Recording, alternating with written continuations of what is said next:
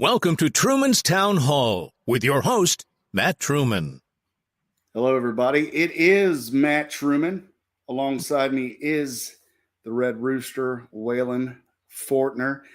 Today, folks, we have a great live broadcast for you. Today, we're going to bring on the 10th United States 10th congressional candidate for the Democrat Party, Mr. David Esrati. Mr. Esrati, thank you for joining us tonight on this live broadcast. I appreciate it. Thank you for having me. And just let's be clear, it's only Esrati. You're sticking an extra vowel in. I knew, I don't know, do you know a Steve Esrati? You know, I actually looked him up when I found him when he was running ads to sell water purifiers. Oh, okay. He spells his name very differently. He spells it Ezratty. Okay. Which is the normal way of spelling it. So on your... we are not related. I know Steve. That's why I asked. He does bingo. Yeah.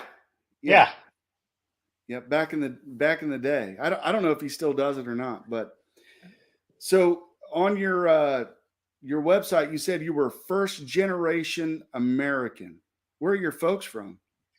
My father was born in Berlin in 1927. My mother was born in Sunderland, England, which is up north. It's an industrial town. Oh, nice.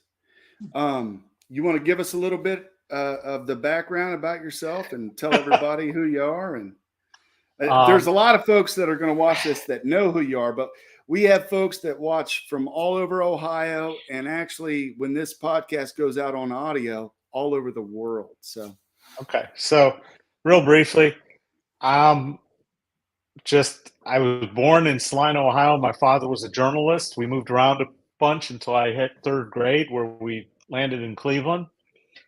I grew up in Cleveland Heights, which is a very well-run, progressive community. And I went to an integrated high school, and I had no clue that the world was anything other than that until I went in the Army. I went in the Army, and I met a whole bunch of people from Texas. I'd never met anybody from Texas before that. And I learned about hot sauce on eggs. And, oh, yeah. And a bunch of other things. But I was in the Army. I was a paratrooper. I got hurt. I got out. I looked for a state school near a military installation and ended up at Wright State because of Wright Pat, where I had, healthcare and everything. Right. And I never planned on staying. And 2 years in, I'd met a girl, and we bought a house, and the house scared her to death, and she moved out and left me with the house. And here we are. I'm still here, the same house. I bought it in '86, so it's been a while. So I own an ad agency. I've run for office multiple times. As part of my business, I decided to try using WordPress early on, and I was teaching people about WordPress. And so I started writing a blog, Esrati.com, and exposing things in the city of Dayton. And I have been exposing and scooping the Dayton Daily News all along. And I'm pretty proud of some of my stories. Some of them, it took them a year and a half to get, like the one where there was a company called Cubase that had a lot of support from the Dayton Development Coalition. It turned out all of the people there all gave Steve Austria $1,000 on the same day. Now, that doesn't usually happen. People don't all donate to the same politician the same amount on the same day unless there's something up. And that took the paper a year and a half, and Cubase I don't think is in existence anymore. And their CEO was a fraud, but basically he told everybody that's what you're going to do. None of them, other than the CEO and his wife, had ever donated before, except one had given $250 to a Democrat. So not the normal first donation. Other stories, even better. the pepper spraying of an inmate in the Montgomery County Jail in restraints.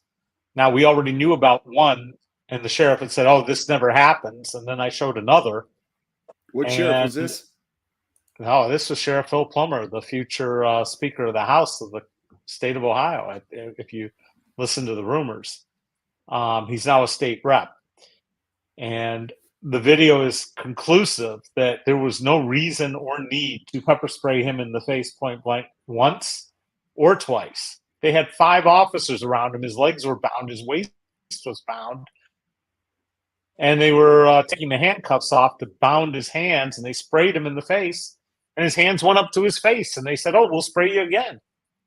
So that was a pretty important story in my book. One of my other favorites is when I found out that a school board member who'd been elected unopposed, Dr. Adil Bagirov, a supposed Hishka Turk who went to school at the University of Moscow, didn't live in the district. He'd moved out to a really expensive house out in Vandalia, and nobody would stop him from serving. In fact, he committed voter fraud, saying he lived on Maryland Avenue in the same house that his business partner, Islam Shakhandarov, did. After I had reported that and found some violations of his Ohio ethics statement where he didn't disclose some corporations, we had to search all 50 states to find all the corporations he'd made. It turned out that he got, right after getting elected, $250,000 from what was later termed the Azerbaijani laundromat. This was an international effort of the country of Azerbaijan to rectify their position in the world by buying influence. And this was supposedly the down payment on a movie he was going to make, he said, with Brad Pitt in it, about the Nobel brothers, who are the most famous Azerbaijanis. But there was a whole lot more to this. He steered contracts, got involved in purchasing. He bought 120 buses for the district all at once, which is rare. Usually you buy them every year so that they go out of service, not all at once. And they have a 7-year life expectancy, but he bought a 10-year warranty. Now, the funny part about this is he owns a trucking company and buys his trucks from the same people they bought the buses from. So that's a conflict of interest. Nothing was done. And then the other story is one that I think is pretty interesting. Commissioner Debbie Lieberman, whose husband was the former chairman of the Montgomery County Democratic Party, Debbie had an assistant for a long time, a guy named John Theobald, and he got involved in trying to steer contracts, no bid contracts, in public health and at the Board of Elections to a company called the Wilderness Agency. Turns out, after I exposed them, after digging through 2,500 pages of public records, that old John was a co-founder and owner of the Wilderness Agency, and he quietly resigned from working for Debbie, and they immediately put him on the Montgomery County Veteran Service Commission, which pays $10,000 a year for 2 meetings a month. So, So you've developed this blog over how many years? Started in 2005. There's over 3,300 posts, and I've got more comments on it, I think, than I have. It's something like 30,000 comments. So there's more writing by the community than there is by me if you sit there and count it all up. So what's it like being David Esrati? You're a polarizing figure. Some would people say either love me or hate controversial. me. People either love me or hate me. So what's it like? I mean, it's what kind of feedback do you get, especially now since you're fairly well known around the Dayton area, especially? What's it like with the voters? What are they saying to you? A whole bunch of people say to me, when they're right in my face, is like, "Go get them." We're sick of this. We're tired of hearing the same old thing coming out of these politicians' mouths, and all talk, no action. But Right. I run into the party faithful, and it's like you're Lucifer, and they've called me every name in the book. I mean, Yeah, that'll happen. It's absolutely unbelievable. Well, I Some of the find things it that come out of their mouths. I find it real refreshing. You may not agree with everyone, but you certainly will talk to everybody. I went up to Xenia, just down the road from me. I'm out here in Greene County, and you were speaking at a Tea Party event, which was, if folks want to check that video out, they can go over to your YouTube, which you broadcast at 4 p.m. Monday through Friday every week. So folks can, and that's down at the scroll there. But you'll talk with anybody. Thanks. You're talking with a minister. I'm a pretty conservative guy, and I like that. What do folks? We're all like, Americans, right? Remember that, Right. What do folks? Do they just come at you with a preconceived notion that you're a Democrat, so you obviously hate I'm a Republicans? Democrat. It doesn't show up on the Democratic slate card. I'm a Democrat that's told that I'm not a member of the party, even though I won the primary. I mean, Right. by Montgomery County. I mean, I don't know what Democrat and Republican means other than you're part of an organization that's basically involved in the criminal activity of shushing people out of elections. The state of Ohio, more people are independent, undeclared, wanting nothing to do with the two parties and picking primaries. They want to vote for other people. They can't. We need to do away with primaries.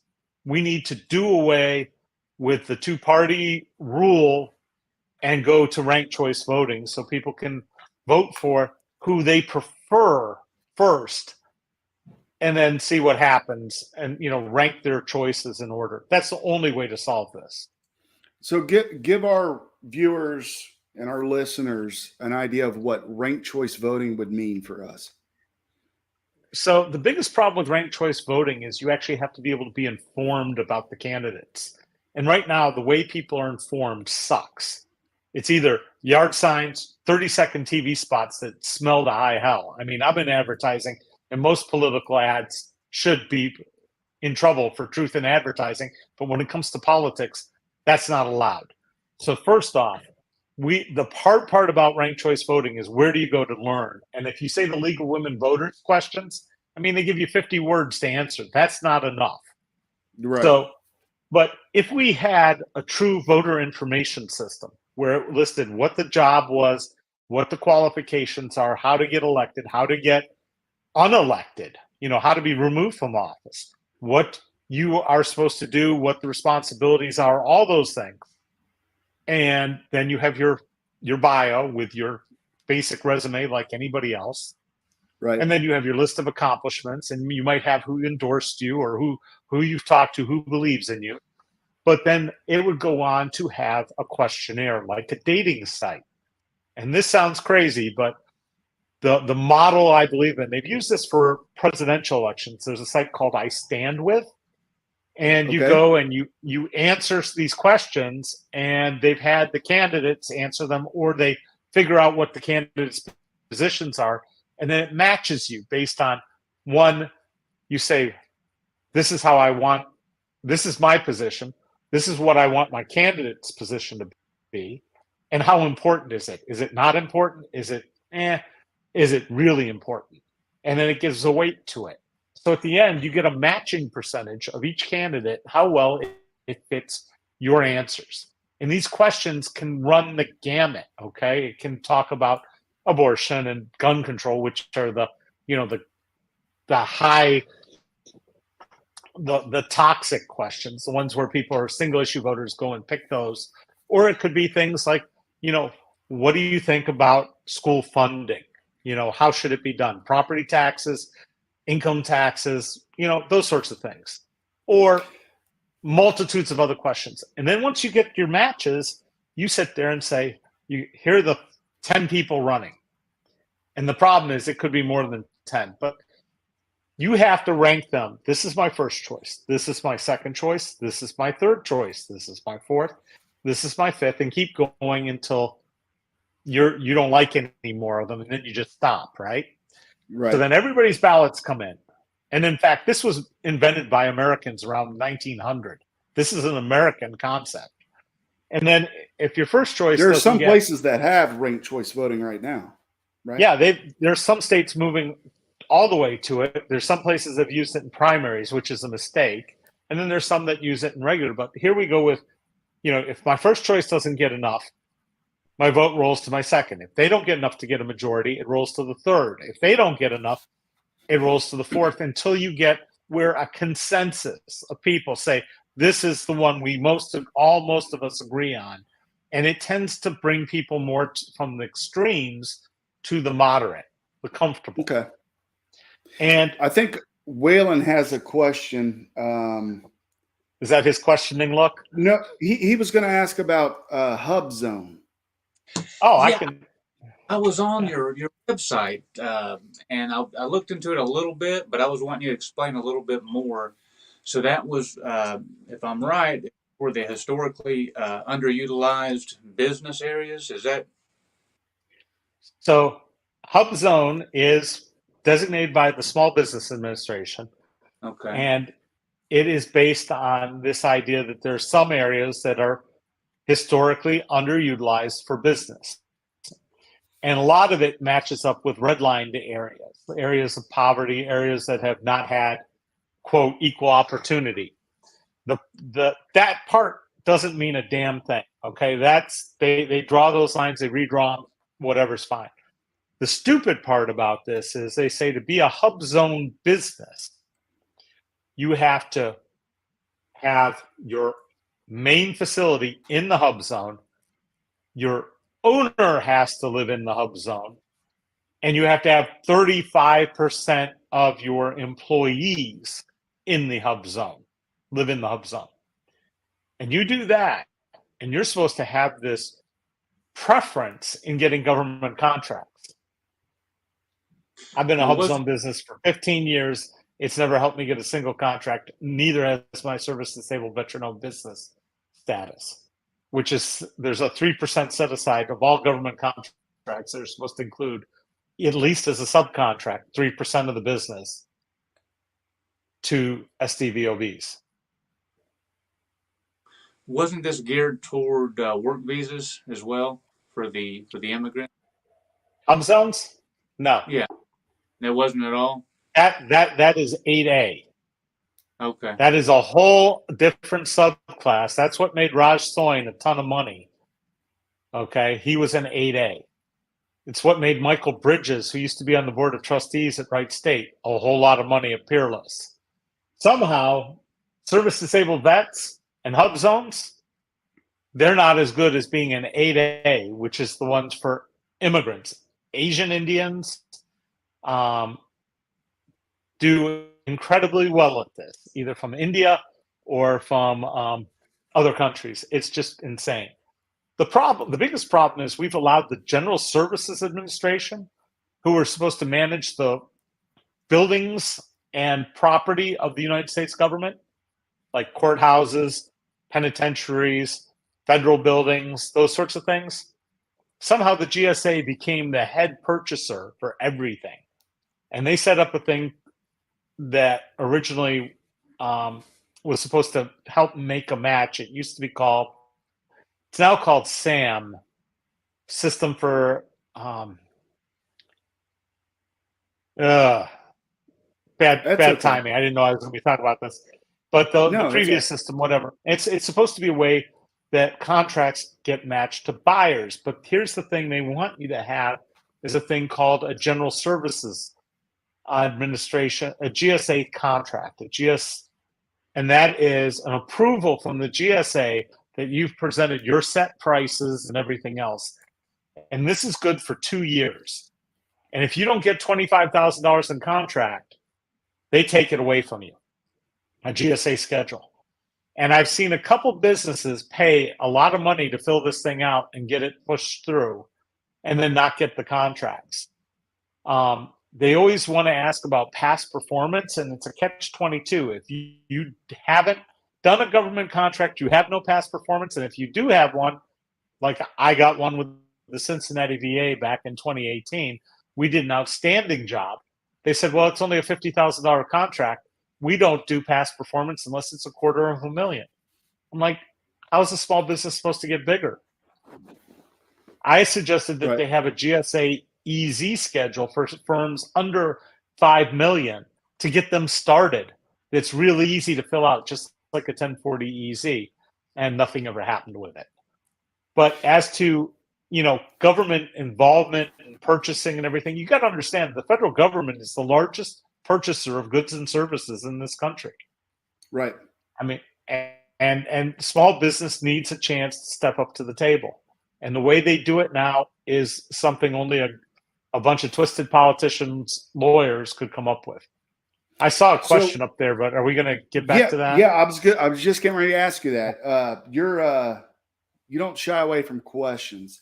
So Sure. Billy Dill asks, most Democrats are for big government. What's your stance on the federal government trying to insert themselves in every aspect of our lives? Well, I don't think one party's big government versus the other party. I think that's a misnomer. I think if you look at some of the way the budgets have grown, it's been actually under Republican administration. Sometimes it's grown, the deficits have grown more. It really doesn't matter who it is. Our politicians are bought, sold, and paid for by very rich people. Okay, that's why I'm wearing this shirt. Defund politicians. Elections, not auctions. You can buy this shirt on my website for $35, or if you donate $100, we'll send one to you for free. But here's the thing: I put the link down below there so folks can check it out. Here's the thing: I am for government at the right levels to be the right size. So let's talk about healthcare, for instance. What is the biggest healthcare system in this country? The VA, I'd say. Exactly. And I can tell you, as a service-disabled veteran, I get a hell of a lot better care than I did when I was going through the civilian system. There is no comparison.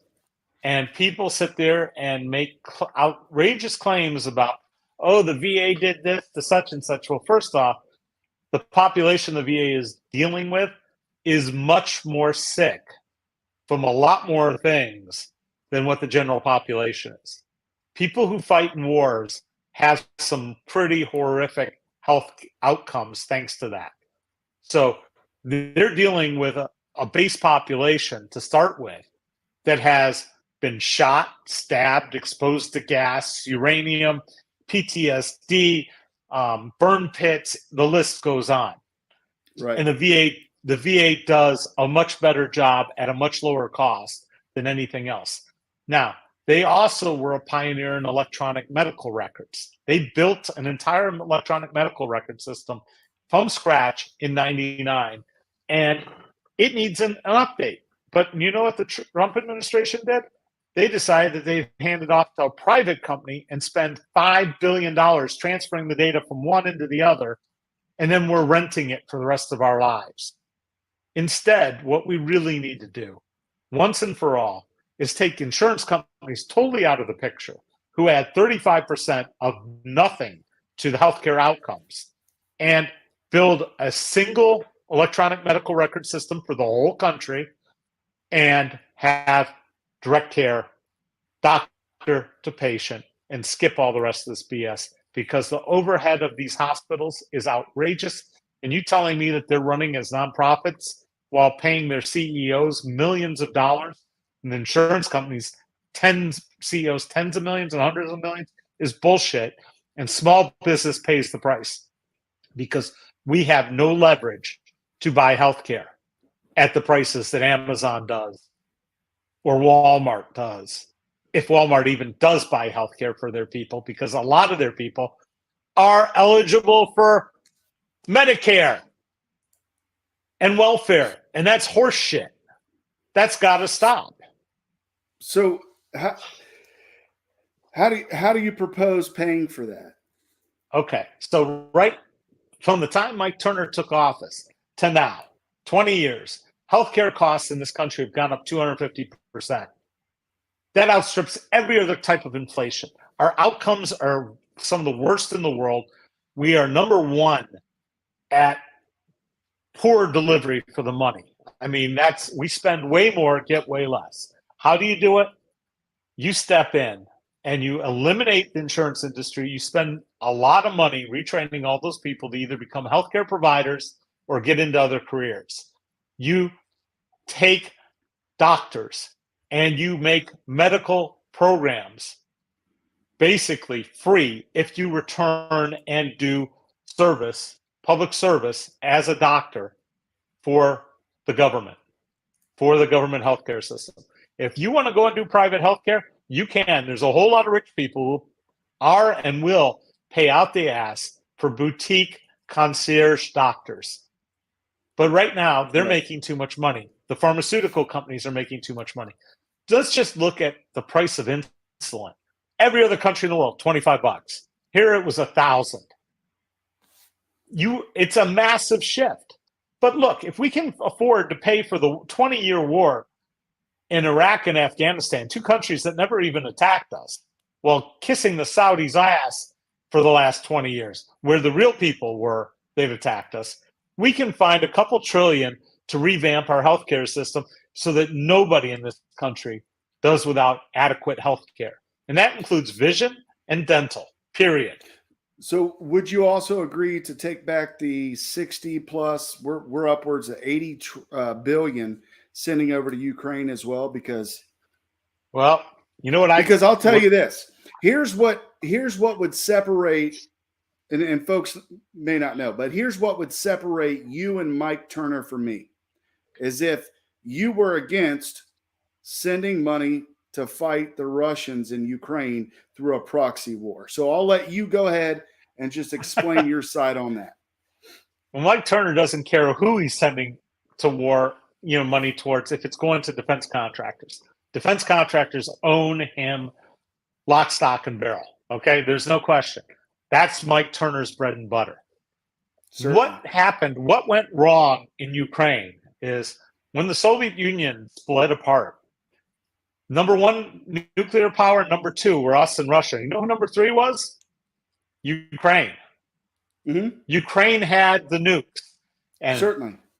This is my bread and butter, David. We all said, hey, you guys get rid of your nukes and we'll protect you. Well, we need to make good on that promise. So I would say the moment Vladimir Putin rolled across here are your tactical nukes. Here's real strategic nukes. So you would arm the Ukrainians with I would say Ukraine. Weapons. I would say Ukraine. You get your nuclear weapons back, and you two have it out. And so, what do you think to those who say that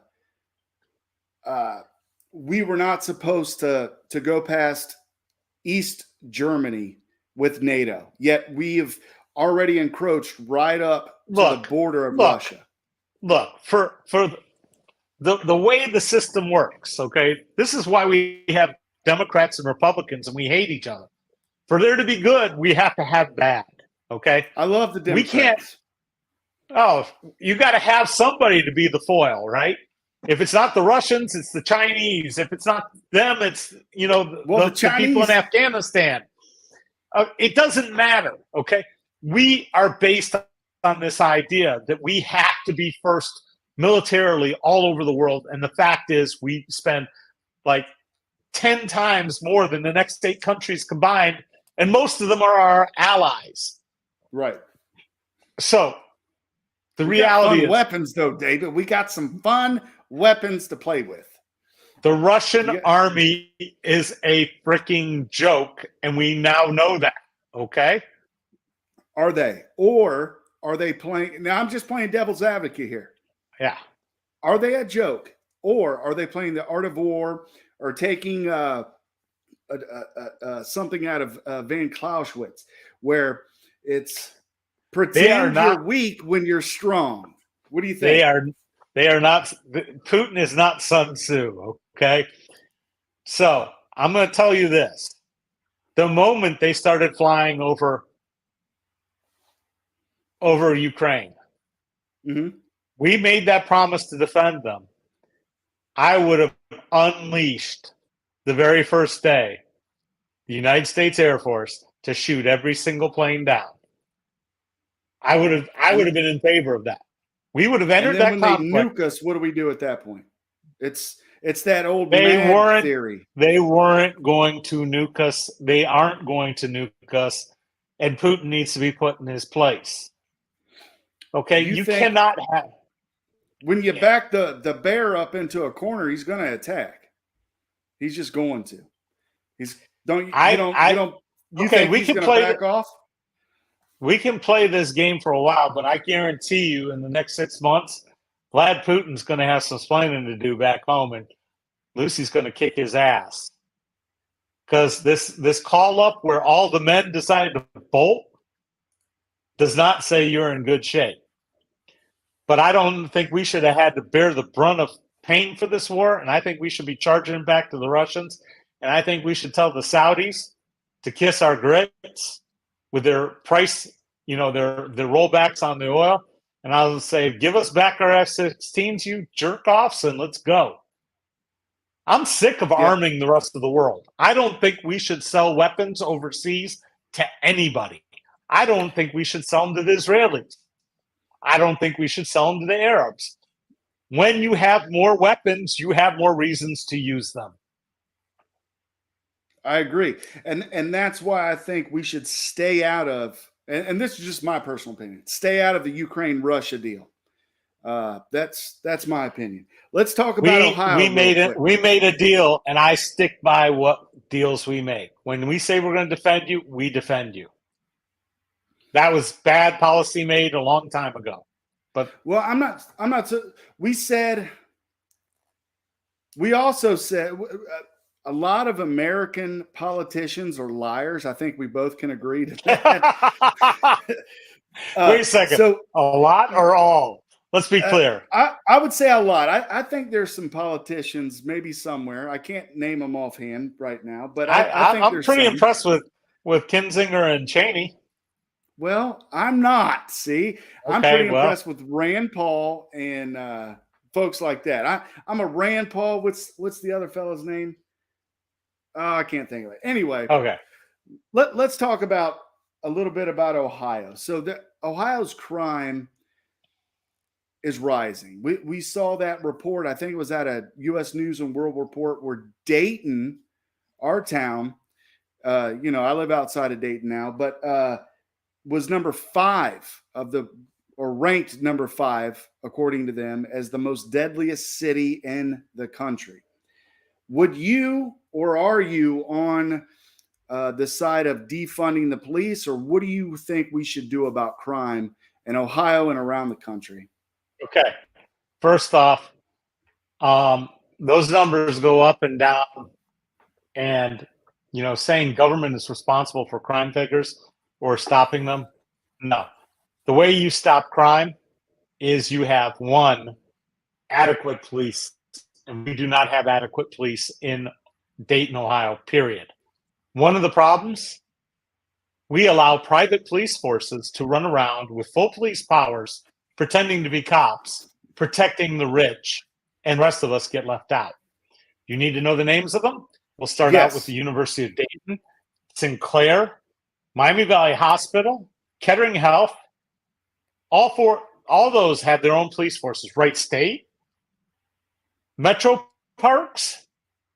I'm sorry. These people don't report to anybody elected. And in the case of Samuel DuBose, who got shot by the University of Cincinnati police officer, campus cop, that was an example of gross negligence by government allowing private armies to be had by private organizations. And I'm stop that crap. Number 2, we have overlap between the sheriff and all these different police jurisdictions. We don't need 18 different police chiefs. We need one. We can have a sheriff, and he can run the whole county. This is ridiculous. There are police standards and everything else that aren't being done in some of these little podunks, and we need to fix it, okay? So I want to see a change to where we have Unigov in Ohio, and we have one police force. And if you want to have private cops, you pay for public police officers to come in and guard, and we charge you a markup of 20%. Period. End of story. There are no cops that belong to the presidents of universities or the CEOs of hospitals or the head of the metro parks. Period. End of story. So that's the first thing. Secondly, we've got a system in Montgomery County where criminals are being educated by judges who are judges for life. That has to stop. Basically, the two parties worked out a deal. Once you get elected to be judge, you never face opposition ever again. I'm sorry. Why do we even bother electing them? We need accountability. We don't have it. 3, we're putting people in jail left and right who should be in mental health institutions. The hospitals that have money for private police forces don't have the mental health care, nor does insurance cover it, nor does our country cover it. We need to fix that. We need health care. And I just had a battery die. Hang on a second. Yeah, no worries. So I feel strongly that we need to solve that problem by having proper mental health facilities. And if you want to look at the homeless situation around here too, that's something we have not been able to take care of because we do not have the facilities for it. Right. So you start solving those problems, you start solving crime problems. We had a question pop up. Frank Wiley, he asked, if a policy is bad, why follow it? Why not push to create better policy? Well, I've got a whole bunch of better policy suggestions, but some of them are really simple, okay? Like, do either of you run a small business? I ran a nonprofit for a little bit. Okay, and you had to do payroll, right? No, we didn't. We were all volunteers. Volunteers. But every small business in America has to do payroll. Now, back in the day, you just have a ledger and you write down the hours and the payment and a couple columns, and boom, you get the number and you take care of it. Now that we have everything computerized and you have to basically computerize your accounting records, somehow they figured out you got to pay a subscription of between $9 and $12, $20 a month per employee to do payroll. Why? Can't the federal government create a portal that allows you to enter your employee, their hours, the pay, and take care of all this? And take care of the crazy jurisdictional mess we've made while we're letting Miamisburg charge one income tax, Dayton charge another. Shouldn't be the cost of the businessman. It's got to be charged back to government, and government has to get real with their insanity. So, but isn't government also the businessman? Isn't government also us, we the people? Well, that's the problem. It was until we allowed all our politicians to get bought, sold, and paid for by the rich. But they're still taxing us. So if we charge it back to government, that's our tax dollars. Well, I'm saying... So they're going to spend it. We're going to simplify it so it doesn't cost you shit. Because if you do one payroll system for the whole country, it gets pretty cheap. And it makes it a lot easier to figure out taxes at the end. Do you realize in other countries, they have a total tally? I'm for lowering taxes, and I'm also for lowering the cost of doing taxes. That we have to pay people to do their taxes is a joke. Germany, at the end of the year, they send you a statement and say, here's what you owe. It's that simple. They've already recorded all your payments and everything else. No other country has such convoluted crap.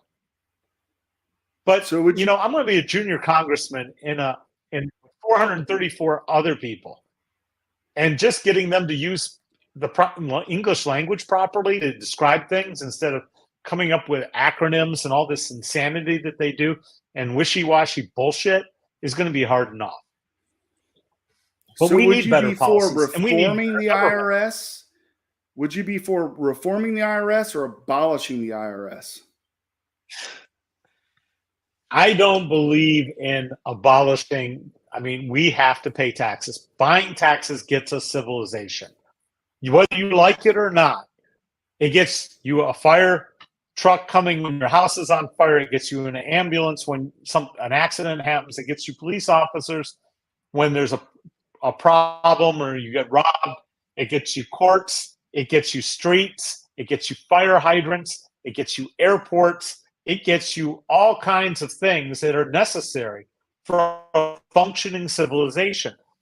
Somehow, some people just don't understand that these costs have to be covered somehow. And the way we do them is sloppy. We could refine them. But I'm not going to be able to fix all that as one congressman. But if I can get us moving towards things like ranked choice voting, where we can actually get other people on the ballot that have similar beliefs, things might change. Or if I can implement just this, a donor information system. We have a voter registration system. Why don't we have a donor registration system? Shouldn't you have to register and prove your identity to donate to candidates? That'd be interesting. I like that idea. Especially if it was in real time. Because right now it's all self-reported. And you go through this and it's pretty hilarious. If you look up the owner of the New York Mets, you can find him 3 or 4 different ways in the FEC database. Why? His first name's Steven. How do you spell Steven? A couple different ways. Yeah. How do you spell Steve? Right. Only one way. But they've got him in there Steven 2 ways. They've got him in Steve 1 way. They've got him in Connecticut as an address. And they got him in New York as an address. So there are like 5 different Stephen A. Cohens. That doesn't work. So let me get to a couple of the hot button issues. Folks love to hear about this. Second Amendment. I am a strict supporter of the Second Amendment. I believe that you need to be part of a well-regulated militia. A well-regulated militia was something I was in. It's called the United States Army. When we had our weapons out, we were in uniform. We were in at least pairs. We were supervised. We were training. Okay, we had a mission. We were given ammunition on the range or when we needed it. If we were in a war zone, things would change, but we weren't in a war zone. Therefore, we would be at the range. There would be supervisors, etc. If you go to heavily armed countries like Israel, everywhere you go, you see soldiers in pairs with weapons in uniform, and they're only given 20 rounds each. That changes everything. Now, they've all been through adequate training. They've been screened out. We know who the insane ones are. And I hate to tell you, but of all these mass shootings, not a single one of these people has been part of a well-regulated militia. So guess what? You say, well, we put them all in a well-regulated militia, and they keep their weapons in an armory, and they take them out to train. The weapons are under guard. Bad guys will still have guns. Guess what? This is when you make sure that we know that if you are carrying a gun, a semi-automatic gun, not a bolt-action rifle, not a shotgun with a 5-round internal magazine, okay? If you're carrying a semi-automatic, something that can spew out a whole lot of rounds, a weapon of war, and you get caught with it, you're going away for a long time, period.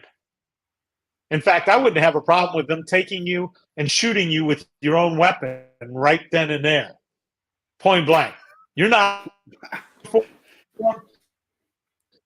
this country, and you're not fighting by the law. You are a combatant. You are a terrorist, and we're done with you. That's how strongly I feel about it, because you don't need a weapon of war to walk around the streets in this country. This is not a war zone. And if the only reason it's a war zone is because we're allowing. Go ahead. Go ahead. I'll let you finish.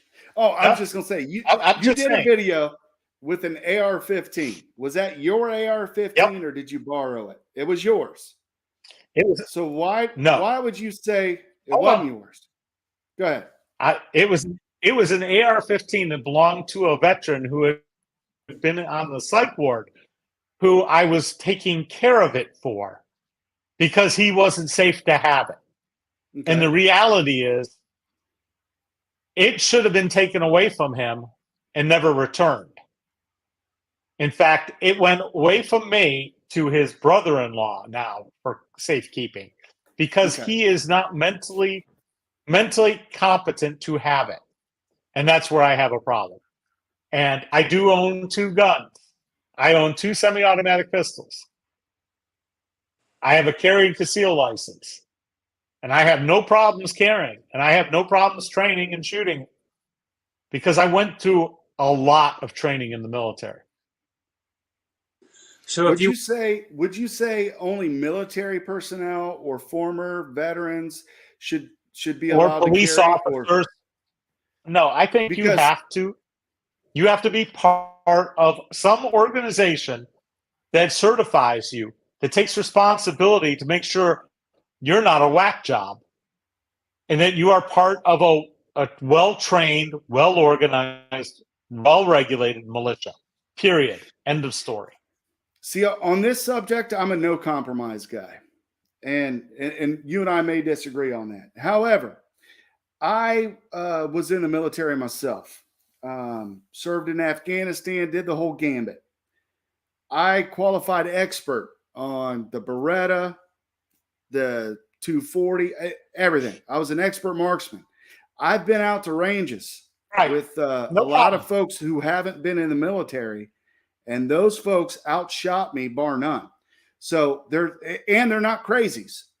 So how do we justify taking, and I'm going to play a video. It's kind of a funny video, but how do we justify taking firearms away from people or regulating or putting laws down on folks when there's actually I'm not taking them away from them. I'm not taking them away from them. I'm saying they need to be in an armory or at a range under guard. And when you take them out, you are training. Okay. You are at the range, you are shooting, et cetera, et cetera. If you want to go out and have a war, a civil war, whatever, you have a uniform on. And you wear that uniform and you carry the weapons, and you are easy to identify as an insurrectionist, whatever you want to be, or you're defending our country, either or. Then you'd be wearing our uniform, United States Army, etc. But I don't want a war in this country. I don't think we need those weapons because those are weapons of war. When the Second Amendment was written, you had a musket, you had a flintlock pistol. Those are very different than an AR-15. What do you say to someone who says, okay, that's true. When the Second Amendment was written, it was a flintlock, it was a musket. However, at the same time, they wrote the First Amendment first, and all we had was feather felt pins or whatever. So now we have the internet. So we're utilizing all different types of technology. And the reason the Constitution was written the way it was, rather open to interpretation, was because our founding fathers recognized. Hold on, let me finish. Our founding fathers recognized that we would develop over time because they were very bright guys. Well, then why aren't you allowed to have an Apache attack helicopter with a 20 millimeter Gatling gun? Huh? I wish we could be able to have one, but I can't afford one. That's the problem. So since we're on the gun, you own a whole bunch there at Fort Rucker. That's true. I've been out there. Go ahead, Waylon. Under Esrati, with what you're talking about, if that was to become a reality, I couldn't have a home self-defense, a couple of 9mm, anything like that in my own home for my own protection. Is that what you're saying? I'm in favor. You can get a 5-round. You can get a 5-round shotgun with an internal chamber, and trust me, you can shoot the hell out of somebody with that. You can get a revolver with up to 6 rounds. No, just saying a 9mm. You are not getting a clip-fed weapon to protect yourself and protect my family with a 9mm pistol. Is that what you're saying? I think I believe a 9mm pistol should be in an armory. Complete. Yeah, we're having some connection issues here. That's all right. Mind Here, let me play this real quick, because this shows kind of how I look at the Second Amendment and how it was written. I thought this was genius. Maybe folks have seen this, maybe they haven't. It's Penn and Teller's version of the Second Amendment. Here we go. So what does the Second Amendment actually say? A well-regulated militia being necessary to the security of the free state, the right of the people to keep and bear arms shall not be infringed. That's it. Not a lot of words, just very specific ones. It means that the states have the right to have a well-regulated militia. And a 20-year-old kid carrying an assault weapon on the streets of downtown America has absolutely nothing to do with a well-regulated militia.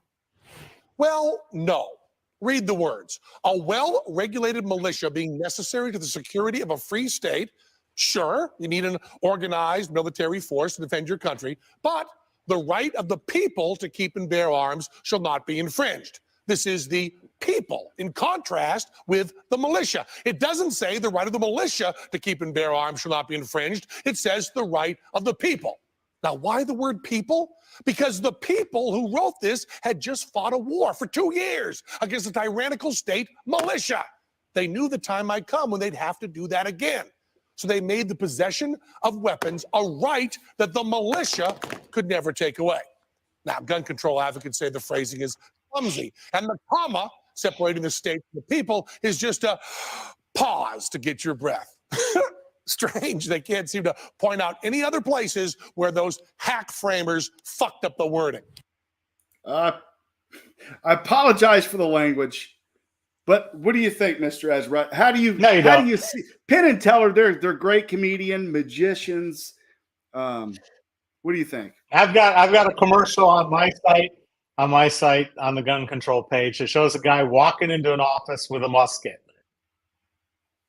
Okay. And it makes it very clear there's a big difference.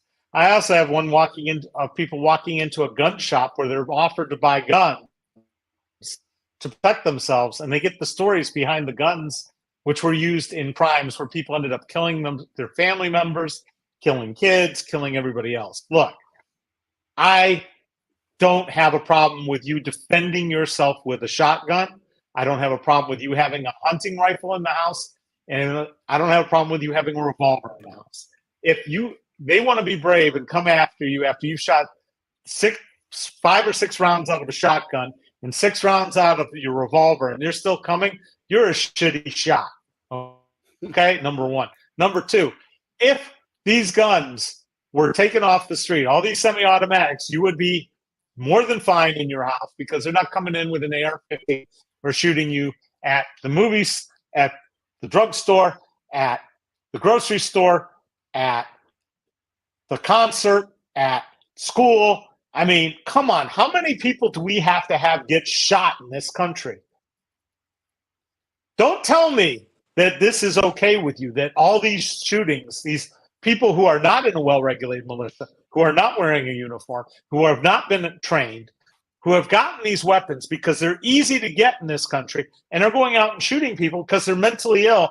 Don't tell me the solution is to let anybody and their mother have a gun and carry it concealed like we did in the state of Ohio.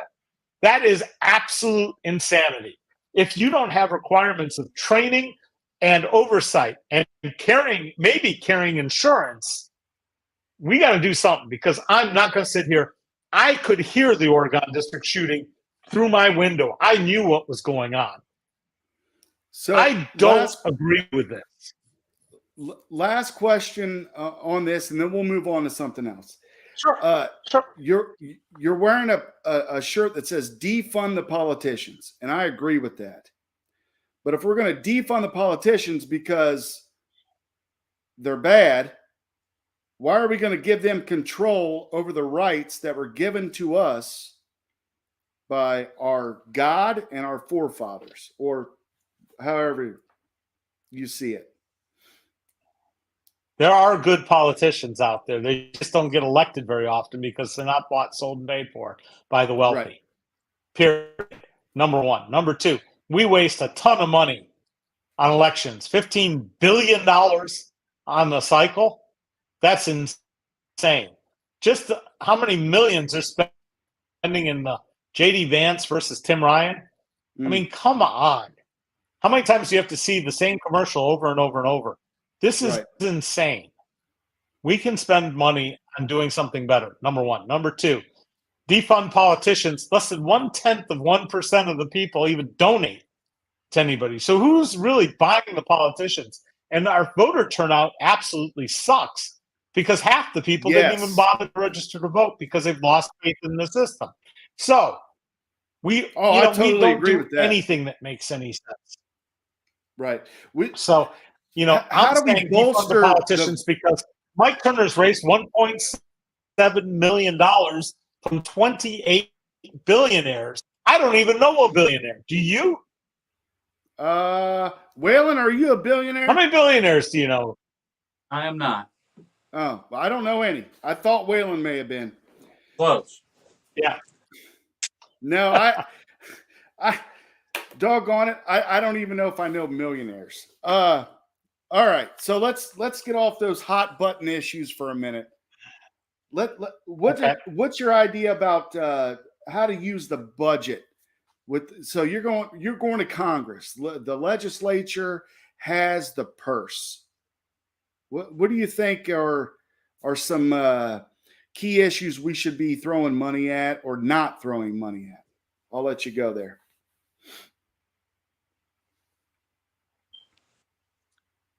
I think we really need to move to electrifying rail in this country. All of our rail lines need to be electrified because rail is the most efficient way of moving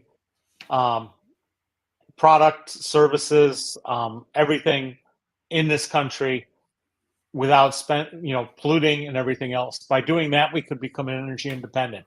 I think we need to spend money on infrastructure, as in internet access for everybody that's high speed at an affordable rate. Our country is way behind in internet access, especially in rural communities, and the internet is crucial for a functioning democracy anymore. I think we need to spend money on healthcare, especially mental health care, because I'm sorry, those people that are homeless, that costs us over and over and over, as do people going to prison. I mean, there was a story, and I don't know, I'm never able to verify this. It was told to me by a Dayton cop who'd been on the department forever. He said a guy walked into the Sunoco station right here at the corner of Wyoming and Wayne. Mm-hmm. And he said, "This is a stick up. Call the police." And they said, "What?" He said, "Call the police." The cops came. They picked him up. He says, "I'm having a heart attack." Goes to the hospital. Gets health care because he couldn't get it any other way. Yeah. Homeless guy? I'm sorry. The crimes that are committed, he never said if he was homeless or not. He just said this is what the guy did. I know there are people that go back to prison because they have 3 square meals and a bed. Right. And it's better than what they have when they're out. And they have health care. So what do we do to power fix of attorney for 2 brothers. We invest in taking care of Americans instead of investing in building nuclear submarines to fight imaginary wars that'll never happen. I hear you say that, but I also hear you say but I also hear you say we got to fund Ukraine. I don't want to do any of that, honestly. I mean, I'm going to make sure our homeland's secure, but I don't want to send $60 billion over there. I'd much rather send $60 billion to the folks you're talking about. I agree. I think national security means we don't have people that don't know where their next meal's coming from, or they don't know they got to go bankrupt because they got cancer so they can get care. I mean, this is criminal. Yeah. What we've done is done real good job of making a bunch of billionaires since 2000 to 2020. We went from 300 billionaires to 619 billionaires right in this country. And people don't seem to understand. Once you have $1 billion, if you're getting 1% of $1 billion in interest, you're making $100 million a year. Can you live on 100 million a year? I could try. And so when the Fed increases the interest rate from 1% to 5% or 6% Right. to stop Right. inflation, those guys just went from making 100 million to making $500 million a year. Mm-hmm. The numbers are insane. Right. And in the meantime, all the poor people are paying more on their credit cards. They're paying more for everything else. The Fed is bad economic policy. You want better economic policy, you're going to have to approach it differently. So in the Fed, that's like what Ron Paul used to talk about in the Fed. You agree with that? Yeah, they're totally out of touch with reality. If you've ever played Monopoly, the game ends when somebody has all the money and all the properties, and I think the game ended 20 years ago, and we just haven't come to grips with it. Do you think they're doubling down? Have you heard about rocket ships? Hey, you're breaking up a little bit. have I heard about what? Oh, I was going to ask, have you heard about Agenda 2030? That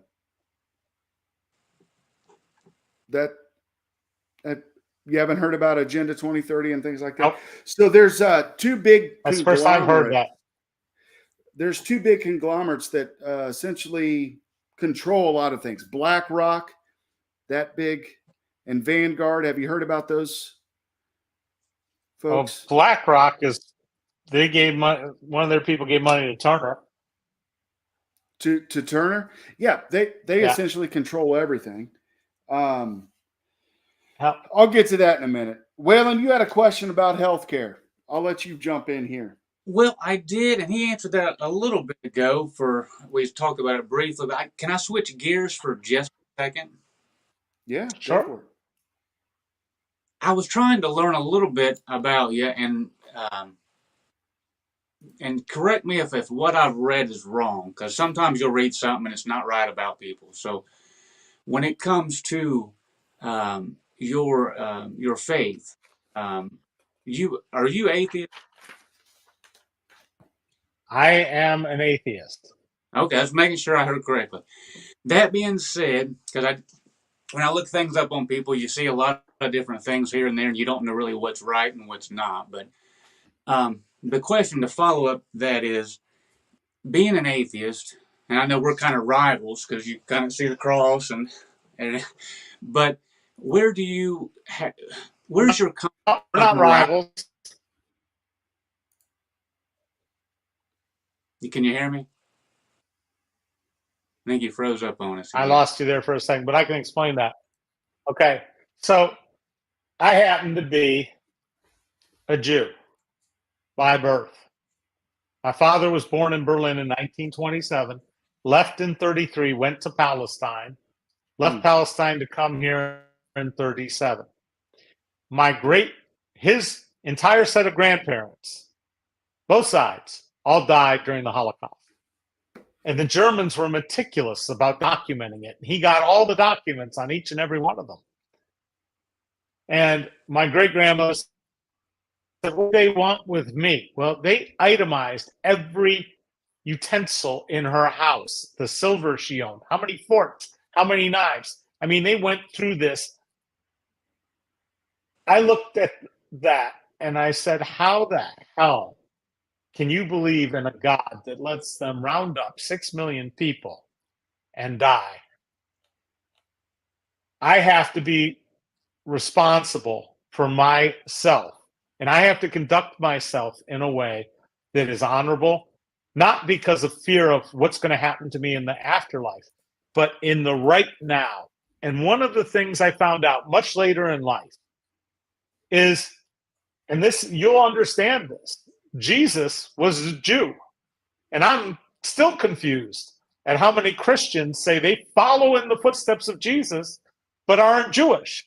But that's beside the point. I believe there are things that you do in life that are important, like give a man a job, give him the dignity.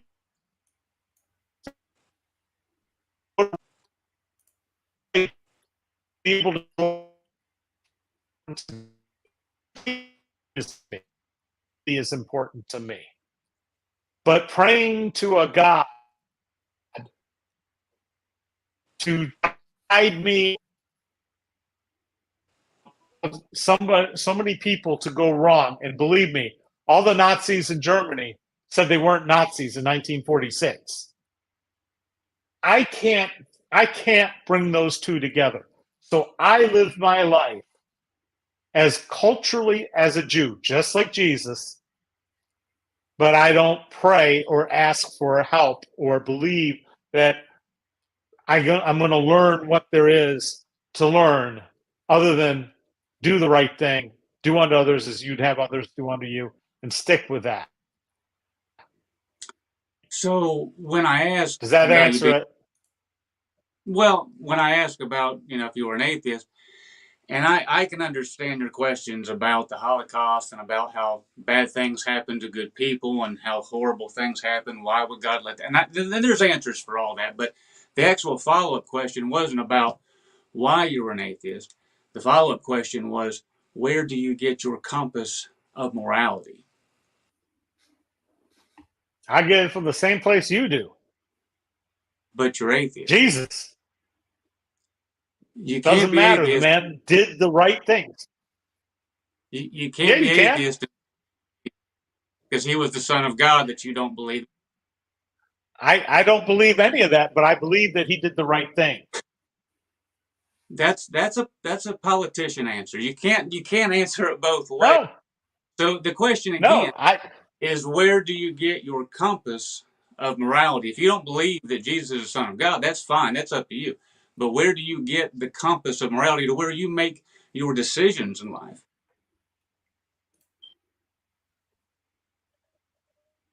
People, and I follow in their footsteps, and I don't want to ever besmirch their memory or do anything they wouldn't be proud of me for. I mean, that's important.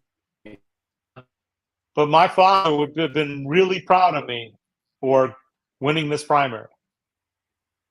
Oh, I'm sure he would have. Yeah.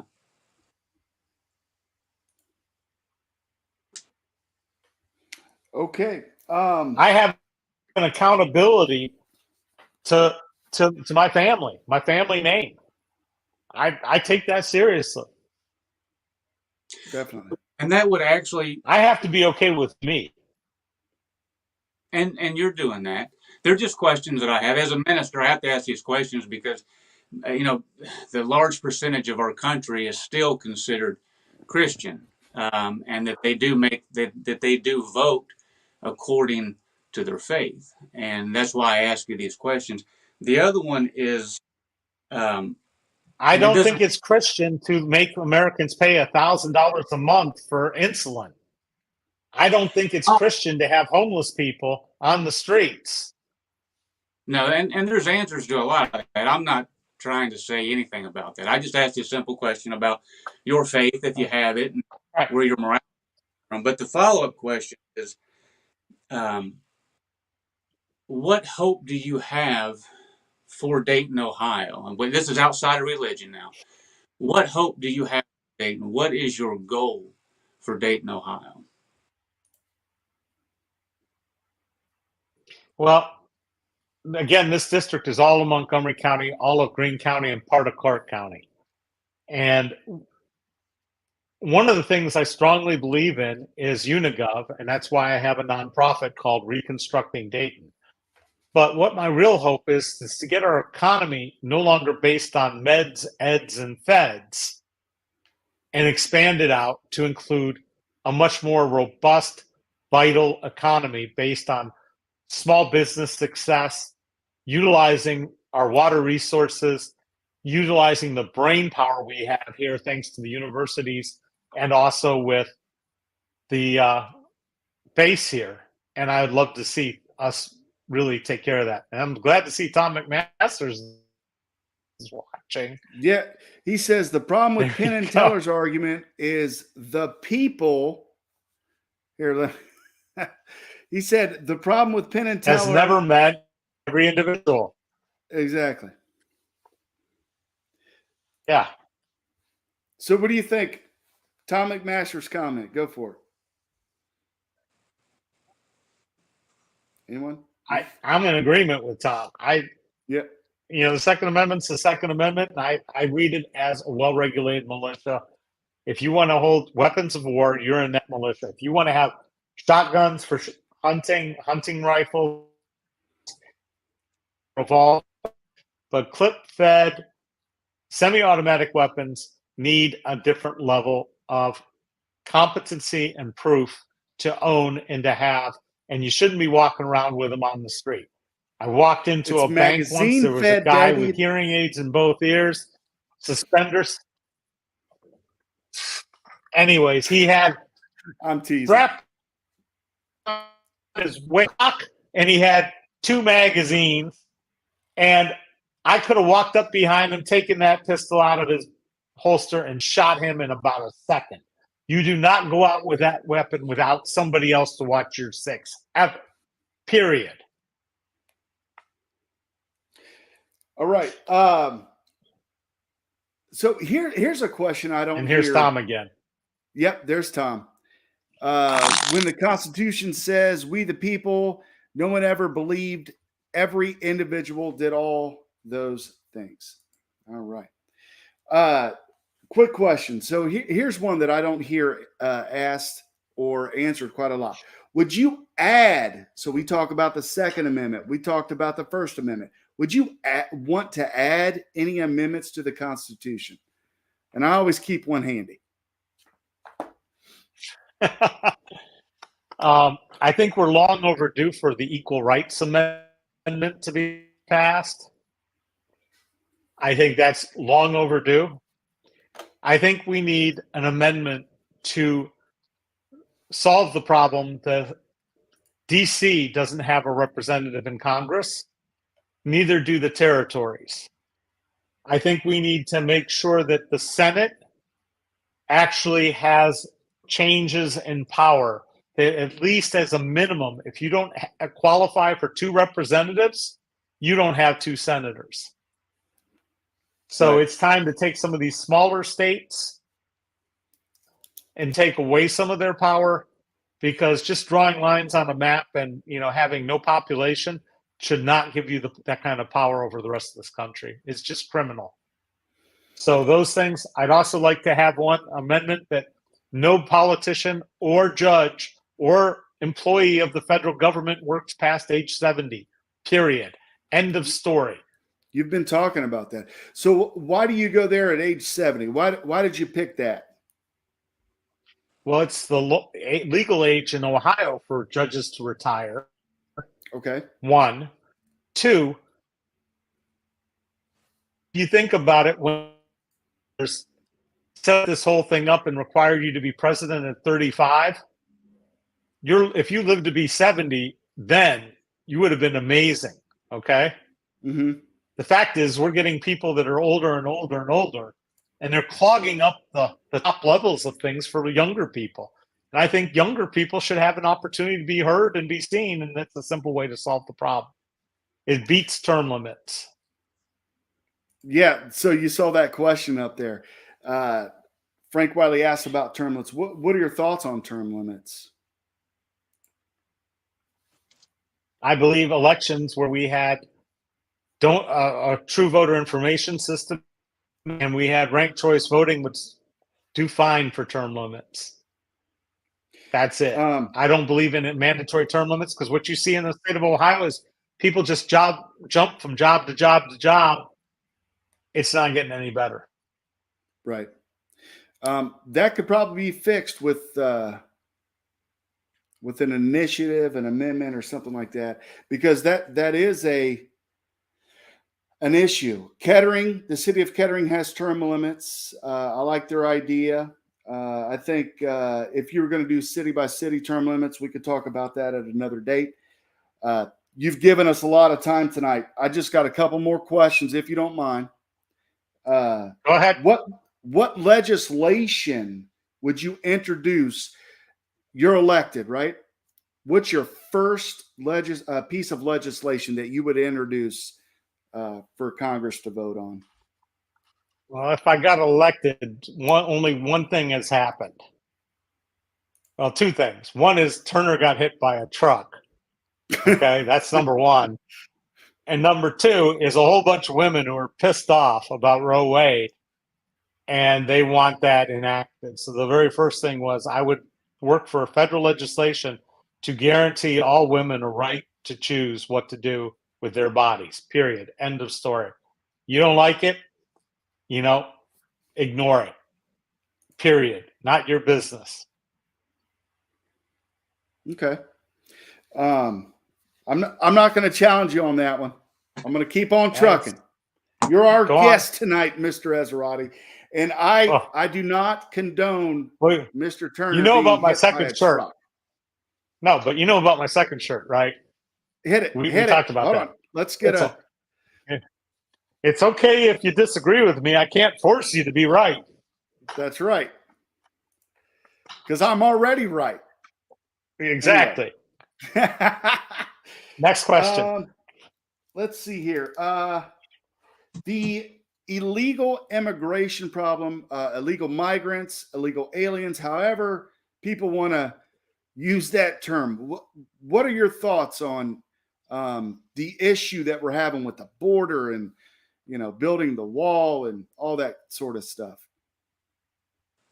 Okay, first off, Republicans are using this as a squirrel. It's a distraction, okay? Because the reality is, if you've been in California and watched them pick strawberries, there ain't an American out there doing it. Period. End of story. We've relied on illegal immigrants in this country for a long time. Our problem is we don't want to manage immigration properly, number one. And number two, our drug problems, because we have a horrible healthcare system and we try to ban things, right? If you got to look at how many people we put in prison since Nancy Reagan and her, just say no bullshit. It hasn't worked. We need some sort of responsible response to drug abuse, and we can't keep feeding the cartels in South America and Central America. And we can't keep propping up banana republic dictators, which are making people want to leave those countries. So we need to deal with the 30 or 40 years of picking the wrong people in other countries, which we shouldn't be involved in the first place, and making this place a sanctuary for them, because quite frankly, I don't think they really want to come here other than the fact that their own countries are a shit show. And we help do that. Right. If we sat there and took a realistic approach to drug abuse as a health issue, we provided free injection sites, we provided people with medical treatment, medically assisted withdrawal, putting people on methadone instead of heroin. If we cleaned up the fentanyl, which is killing people left and right, if we did all that, provided and stopped stigmatizing it, we'd be in a lot better shape, and the drug cartels wouldn't be making so much money. I'm fine with giving people, if you want to be high all the time, fine. But don't go off and kill yourself because you couldn't get the right drugs, and don't steal from me to support your habit. So I'll take the drugs coming over, I'll take them away, and I'll give them away for free. But I'll make sure they're purified. I don't care. So you look We've got to fix this.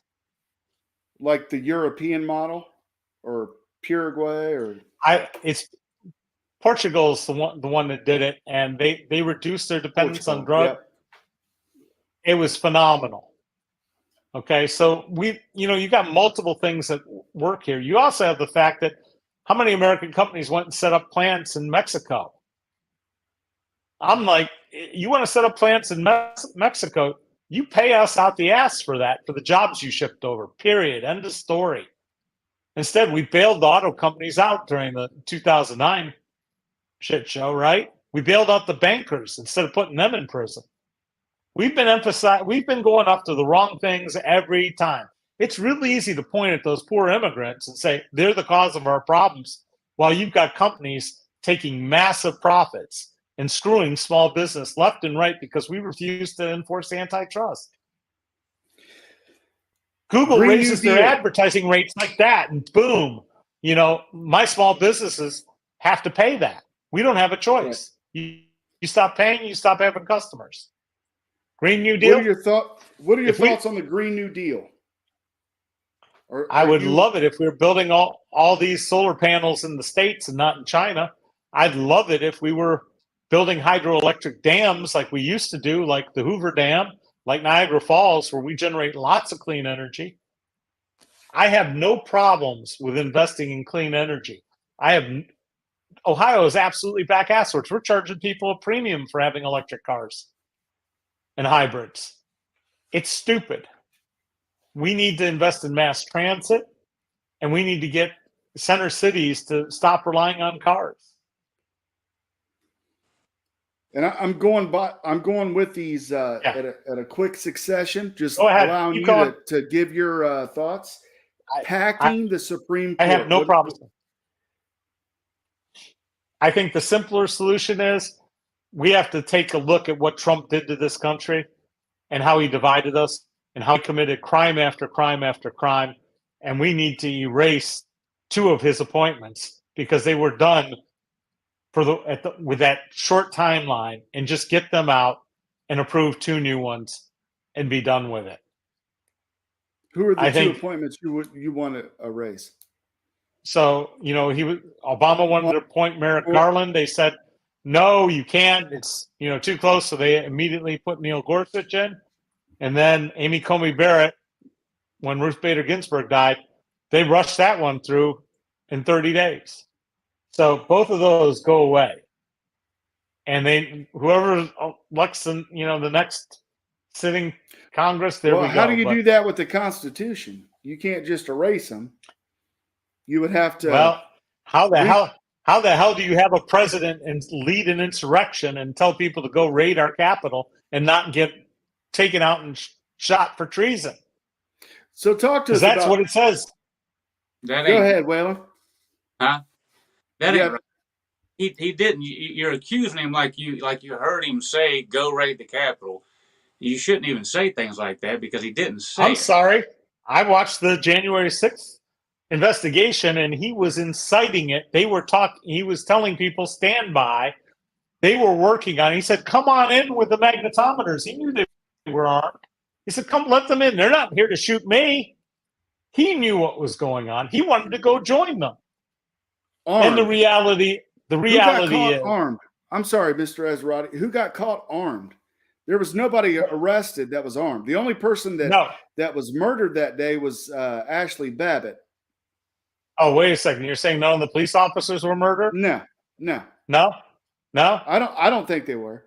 They died of heart attacks and suicides. That's not murder. I'm going to tell you something. Point blank. They didn't get shot in the neck. Point blank. Had those been Black Lives Matter activists going to the Capitol like that, they would have been mowed down. Well, that's a thought, but I'm sorry. That's not what happened. You don't take top secret documents home. You don't sit there and tell the people that you don't have them and lie and get away with it. You don't keep lying about the election when you in fact had plans before the election to say that it was going to be stolen and that the numbers were incorrect. There are so many things wrong with the Trump presidency that need to be straightened out that we now know about, and nobody's doing anything about. I'm sorry. I don't believe in dividing our country anymore. And I think these people that have gotten behind Trump and think that he does no wrong, this man, unfit to be president from the start. And Mike Turner even agreed with me before he got elected. He said he is unfit to be president. Right. He changed his tune when he wanted to get reelected. But the reality is Donald Trump was a cancer on this country, a black mark. And if you put everything into perspective, there's only one plausible excuse for his behavior, and that is he worked for Vladimir Putin, the only president to ever meet with a foreign official in private. And Tom will disagree. He worked. Now, this is remarkable. This is I don't even know what to say to that. That's an accusation. You know what? Even if he's as bad as you say that he is, our country was in so much better shape with him running it than with the Democrats right now. That's just plain You and are simple. you are absolutely wrong. The deficits grew. We had 1 million plus people die of COVID because he refused to understand what needed to be done. He lied about him being vaccinated. The leadership exuded by President Trump was one that got Americans dead. President Trump is a disaster, needs to be removed like a stain from our country's history. And you can keep believing in your false prophet, but that man was a disaster as a president. And the policies he did, and he made the rich richer. He did a great job of cutting taxes for the rich. Now We can go down the line. It's just pointless. Yeah, we could debate this all day long. And I think we would disagree on a lot of it. And we'll have to leave it there. Mr. Esrati, I want you to give us your last thoughts on the podcast, where you're going, where you're going to be at, everything. Okay, so on my website, it's got the upcoming events. Tuesday night, there's a candidates night at Omega Baptist Church run by the clergy. Thursday night, Greene County Democratic Party has a meeting. Other than that, I don't think I have any other scheduled upcoming events. I am happy to come out and speak to any group if they want me to, if I'm available. You can find that on the events page. As to the election, I've still got a few things up my sleeve, but look, I've been outraised 1.7 million to 38,000. 80% of his first money came from out of state. We haven't run the numbers yet on the new money. But if you want a politician bought, sold, and paid for by the wealthy, Mike Turner is your man. I would be more than happy to step down after 5 terms, 10 years, at age 70, so you're done with me. Mike Turner will stay there till he's 95 if he has that chance, and he will still never meet with you. He will never talk to you. He will never engage with you because that would be dangerous because he doesn't know what to say without his corporate handlers. I am not the perfect candidate. Nobody is. Nobody walks on water the way people seem to think you need to do. But hey, look, I never said I'm going to grab her right in the you-know-what on national TV. I haven't been divorced 3 times. I haven't been accused of rape. I haven't done any of those things. I've served my country. I've worked in my community. I've been working on uncovering corruption for a long time. I believe a politician is an elected representative, not a Democrat, not a Republican, and their job is to represent you. So once I get in Congress, every day at the end of the day, I will get on the video on YouTube and I will tell you what happened, what I did, ask you questions, answer your questions, tell you what's coming up, how I voted, how I'm thinking of voting, and what I'm trying to accomplish. And I am going to count on this community to come together and start having some wins on its own because they have real leadership that isn't so busy worried about getting their friends and family into patronage positions, which is what we've had for years. So there you have it. Mr. Esrati, thank you for joining us tonight. Thank you for, we're 2 conservative guys. You joined up with us tonight and you gave it to us. We gave it to you, and I appreciate it. Thank you, David. Good to meet you, brother. Good to meet both of you. And, again, I'll quote Mayor Ed Koch of New York City. He says, if you agree with me on 9 out of the 12 positions, vote for me. If you agree with me 12 out of 12, seek professional help. We're always going to have differences, okay? We're never going to align perfectly. Otherwise, we'd be a bunch of people just doing the same thing. All I know is until we defund the politicians and take our country back in our elections, we'll be fine. But right now, Mike Turner is funded, bought, sold, and paid for by really wealthy people, a lot with connections to the defense industry.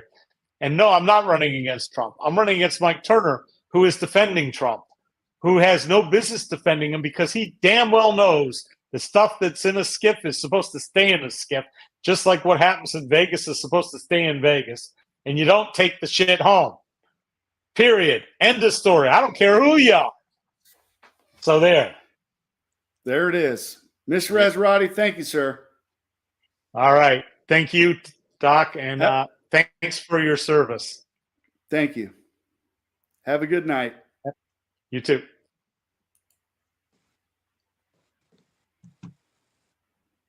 Waylon. Yeah. Hey, I lost my computer died, so I can't see anything on the screen. So are we off? No, we're still live. Oh, okay. So what next week, I want folks to know, next week we have Tori Maris. She's running for Secretary of State as an independent. She's on the ballot. So you had David Esrati tonight. This is going to be like a 180 to what you heard tonight. Yeah. Would you think? He's got, as far as tonight, David's got zeal. He's not afraid to speak his mind. Don't agree with not even half of what he said, but hey, we had a good conversation. I enjoyed it. I appreciate him coming on because not a lot of. I reached out to I'll say his name, Eric Prince. He's running. I'm in Greene County. He's running against the state rep, the Republican state rep. I reach out to Democrats, Republicans, whomever. Come on the podcast. Let's chop it up and see what happens. He denied us. He said Absolutely. no. He's too busy. He's too busy campaigning. So anyway, Tori Maris, independent. Go ahead. Next Sunday, same time. Same time next Sunday, 9:45. Be here or be nowhere. I'll be here, Matt. All right, ladies and gentlemen, thank you for joining us tonight on Sunday Night Live. Tori Maris next week. That's the Red Rooster. I'm Matt Truman, and we will see you on Sunday.